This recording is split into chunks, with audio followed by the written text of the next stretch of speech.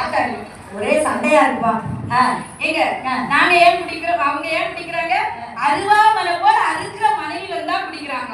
நான் கேட்கிறேன், அப்ப நம்மளுக்கு வீட்டுல மன கஷ்டம் இருக்குதாக்கா? வீட்டுல புருஷன் ஒரு